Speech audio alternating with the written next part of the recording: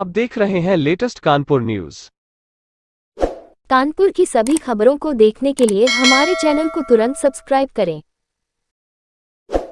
आनंदेश्वर धाम में बनाए जा रहे कॉरिडोर में काफी मकान और दुकान बाधा बन रहे हैं, जिसको लेकर ऐसे मकानों और दुकानों को हटाने की कवायद चल रही है।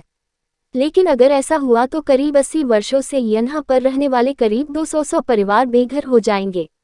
यहाँ के निवासियों ने आनंदेश्वर कॉरिडोर का पूरी तरह से स्वागत किया है, लेकिन बेघर होने की आशंका के चलते शुक्रवार को उन्होंने भाजपा नेता सुरेश अवस्थी को ज्ञापन देकर कोई वैकल्पिक व्यवस्था करने की बात कही।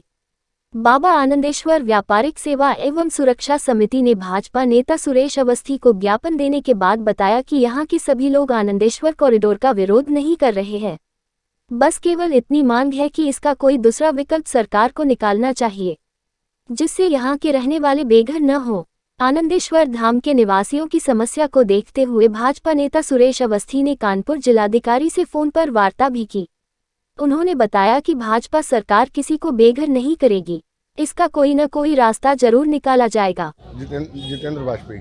जितेंद्र जी, कॉरिडोर बनाया जा रहा है, कुछ व्यवधान उत्पन्न हो रहा है, उसमें क्या है? कॉरिडोर बनाया जा रहा है, इससे हम लोग बहुत प्रसन्न हैं, क्योंकि बाबा की प्राचीन नगरी है यहाँ पे, हम लोग बहुत इससे प्रसन्न हैं। लेकिन हम लोग बस एक मांग है कि इसमें कोई विकल्प निकाल के अंदर के किसी भी आदमी का हानि ना हो, क्योंकि 100 सालों से जो आदमी यहाँ रह रहा है वो कहाँ जाएगा। हम लोग बहुत हर्ष से भरे हुए हैं कि कॉरिडोर बन रहा, बस हम लोग सरकार से ये अपील करना चाहते हैं कि हम लोग किसी का भी नुकसान ना हो यहाँ पे जो अंदर। भाजपा नेता सुरेश अवस्थी को आप लोगों ने ज्ञापन दिया है, उनसे क्या मांग करी है? हम लोगों ने उनसे यही मांग करी कि कॉरिडोर बन रहा है, बने, और इसमें बहुत से विकल्प हम लोग हैं यहाँ पे कि रास्ता और दिए जा सकते हैं, और लोगों से मतलब ये अपील है कि सब लोग हम लोग सहयोग भी करेंगे और किसी का नुकसान ना हो पाए। देखिए, हमारी सरकार की प्राथमिकता है कि मंदिरों का जीर्णोद्धार हो, लेकिन सरकार की ये भी प्राथमिकता है कि किसी गरीब को उजाड़ा ना जाए।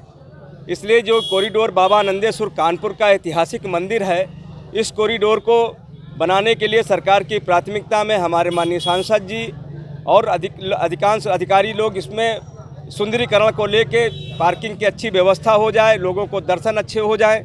लेकिन किंतु यहाँ जीतू वाजपेयी जो छात्र संघ के अध्यक्ष रहे हैं, इनके नेतृत्व में कई लोग हमसे संपर्क किए। चूँकि मैं यहाँ से चुनाव लड़ा हूँ, स्थानीय नागरिक भी हूँ। जब हमने इनकी समस्याएं सुनी तो मैंने जिलाधिकारी से इनका विषय रखा है, और निश्चित तौर से जिलाधिकारी ने कहा है कि सुरेश जी, आप इनको सबको मेरे पास आज भेज दीजिए। मैं ऐसा कोई रास्ता निकालूंगा जिससे किसी का व्यवसाय प्रभावित ना हो, जिससे किसी का घर प्रभावित ना हो, और मंदिर में जाने वाले लोगों को, दर्शनार्थियों को भी कठिनाई पैदा ना हो। तो मैंने कहा ठीक है, ये आज सारे लोग जाएंगे, ज़रूरत पड़ेगी तो मैं भी जाऊंगा, और उसके बाद भी अगर इस रास्ता नहीं निकलेगा तो उच्च अधिकारियों से लेकर और भी आगे बात करूंगा। अगर कॉरिडोर बनाने में जो मकान बाधा बनने को हटाया जाएगा तो उनको रहने की कोई व्यवस्था की जाएगी? निश्चित तौर से, इसीलिए जिलाधिकारी उसी प्रथम चरण में जिलाधिकारी से मिलने के लिए इन सब लोगों को भेज रहा हूँ।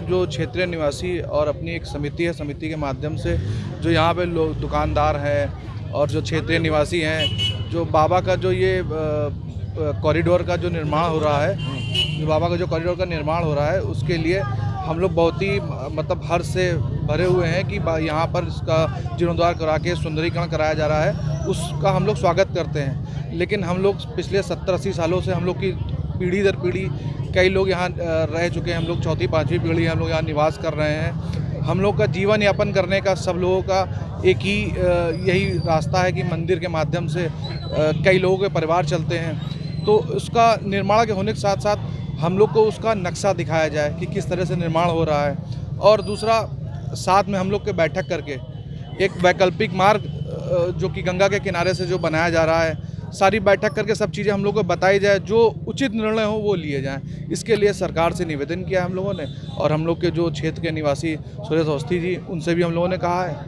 वो प्रदेश कार्य समिति भाजपा के सदस्य भी हैं, उनसे भी निवेदन किया गया है। अभी हम लोग डीएम साहब के पास भी जाएंगे, नगर आयुक्त के पास भी जाएंगे, जहाँ तक हो सकेगा हम लोग प्रयास करेंगे कि हम लोगों को बेघर ना किया जाए।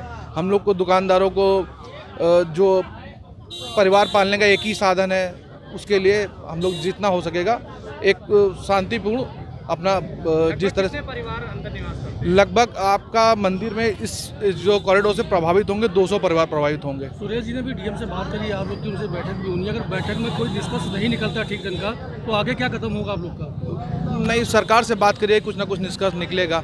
मान लीजिए कोई किसी को कहीं हटाया जाता है तो उसको दूसरा विकल्प दिया जाए। बाकी प्रयास यही किया जाएगा कि और भी यहाँ बहुत सारे रास्ते हैं जिससे कि सिर्फ सावन में ही थोड़ा सा कठिनाई होती है। दूसरा 1-2 पार्किंग की व्यवस्था है, पार्किंग की व्यवस्था थोड़ी स्थान से दूर बनाई जाए। तो सब्सक्राइब करें हमारे लेटेस्ट कानपुर न्यूज़ चैनल को और बेल आइकन दबाना ना भूलें।